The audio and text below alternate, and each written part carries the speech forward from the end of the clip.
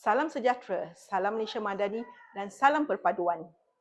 Yang berusaha Tuan Pengerusi Majlis, barisan panel hakim yang saya hormati, div-div terhormat, para guru, seterusnya hadirin yang saya muliakan.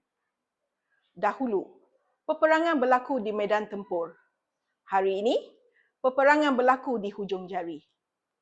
Hanya dengan satu sentuhan pada skrin telefon, berita boleh tersebar ke seluruh negara. Hanya dengan satu hantaran, masyarakat boleh bersatu atau berpecah. Persoalannya, apakah benteng yang mampu melindungi Malaysia daripada ancaman perpecahan dalam era digital ini? Jawapannya, bukanlah kejangkihan teknologi, bukan juga kemajuan ekonomi. Jawapannya ialah penghayatan terhadap rukun negara, khususnya prinsip keluhuran perlembagaan. Hadirin yang dihormati, Perlembagaan Persekutuan merupakan undang-undang tertinggi negara. Ia menjadi asas kepada pentadbiran negara, menjamin hak rakyat, memelihara institusi raja berperlembagaan dan memastikan setiap rakyat hidup dalam suasana aman serta harmoni.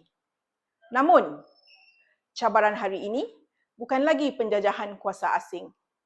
Cabaran kita ialah penjajahan maklumat. Setiap hari kita berdepan dengan berita palsu, fitnah, video yang dimanipulasi, akaun palsu dan ujaran kebencian. Ada yang berkongsi tanpa menyemak. Ada yang menghukum tanpa memahami. Malah, ada yang sanggup menghina individu atau institusi negara demi meraih perhatian. Jika keadaan ini berterusan, apakah yang akan berlaku? Kepercayaan akan musnah, perpaduan akan retak, dan akhirnya keamanan negara akan tergugat. Sidang hadirin sekalian, di sinilah pentingnya kita menghayati kelima-lima prinsip rukun negara. Kepercayaan kepada Tuhan mendidik kita supaya sentiasa berpegang kepada nilai kebenaran dan kejujuran. Agama mengajar kita bahawa menyebarkan fitnah, menipu dan mengaibkan orang lain ialah perbuatan yang salah. Jika setiap rakyat menghayati prinsip ini, ruang digital akan menjadi lebih beretika dan beradab. Kesetiaan kepada raja dan negara pula mengingatkan kita bahawa kecintaan terhadap negara bukan sekadar mengibarkan jalur gemilang pada bulan Ogos. Kesetiaan sebenar ialah mempertahankan keharmonian negara, menjaga nama baik Malaysia dan tidak menjadi penyebar kebencian yang boleh merosakkan perpaduan. Prinsip keluhuran perlembagaan menuntut kita menghormati perlembagaan sebagai asas kehidupan bernegara. Setiap hak datang bersama tanggungjawab. Kebebasan bersuara bukan bererti kebebasan menghina. Kebebasan berkongsi maklumat bukan lesen untuk menyebarkan berita palsu. Sebaliknya, setiap tindakan kita mestilah berpaksikan undang-undang dan nilai kemanusiaan. Prinsip kedaulatan undang-undang pula memastikan bahawa setiap individu bertanggungjawab terhadap perbuatannya. Sama ada di alam nyata atau alam maya, setiap tindakan mempunyai implikasi. Oleh itu, kita perlu menggunakan media sosial secara berhemah dan sentiasa mematuhi undang-undang negara. Akhir sekali, kesopanan dan kesusilaan menjadi benteng kepada keharmonian masyarakat. Dalam dunia yang semakin pantas, adab tidak boleh dipinggirkan. Kata-kata yang sopan mampu menyatukan masyarakat, manakala kata-kata yang kasar boleh memecah belahkan sesebuah negara. Hadirin yang saya hormati, sebagai generasi muda, kita tidak mampu mengawal semua kandungan di media sosial. Namun, kita mampu mengawal diri sendiri. Kitalah generasi yang perlu berani berkata tidak kepada fitnah. Kitalah generasi yang perlu memilih fakta berbanding sensasi.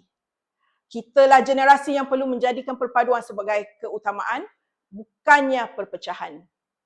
Marilah kita menjadi rakyat yang berfikir sebelum berkongsi, menyemak sebelum mempercayai dan menghormati sebelum mengkritik.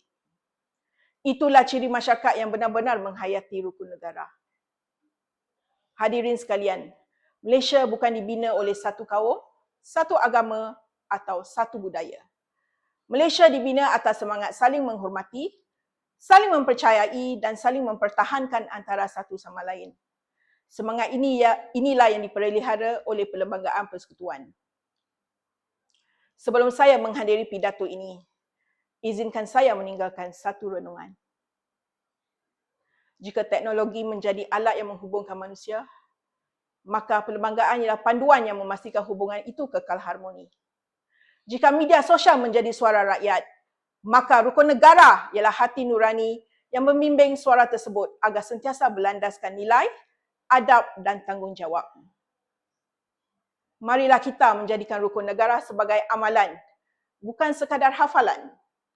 Jadikan keluhuran perlembagaan sebagai benteng perpaduan, kedaulatan undang-undang sebagai jaminan keadilan, kesopanan dan kesusahan sebagai budaya, kesetiaan kepada raja dan negara sebagai lambang patriotisme, serta kepercayaan kepada Tuhan sebagai asas pembentukan insan yang berintegriti.